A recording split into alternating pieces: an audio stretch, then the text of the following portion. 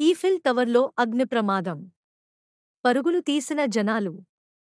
Video ప్రపంచంలోనే అత్యంత ఎత్తైన కళాఖండంగా పేరుగాంచిన ఈఫిల్ టవర్లో అగ్ని ప్రమాదం చోటు చేసుకుంది. 1.063 అడుగుల ఎత్తున్న ఈ టవర్ రెండో అంతస్తులో మంటలు ఒక్కసారిగా చెలరేగాయి. దీంతో టూరిస్టులు భయంతో పరుగులు తీశారు. సమాచారం అందుకున్న ఎమర్జెన్సీ సిబ్బంది అక్కడ చేరుకుని, పారిస్, డిసెంబర్ 25, ఫ్రాన్స్లోని ప్రపంచ ప్రఖ్యాత కట్టడం ఈఫిల్ టవర్ గురించి ప్రత్యేకంగా చెప్పనవసరం లేదు. నిత్యం ఎందరో టూరిస్టులు ప్రపంచ దేశాల నుంచి ఇక్కడికి వచ్చి ఎంజాయ్ చేస్తుంటారు. జనాల తాకిడి అధికంగా ఉండే ఈఫిల్ టవర్లో మంగళవారం అగ్నిప్రమాదం చోటు చేసుకుంది. ఒక్కసారిగా మంటలు ఎగసిపడటంతో పర్యాటకులంతా భయాందోళనలకు గురయ్యారు.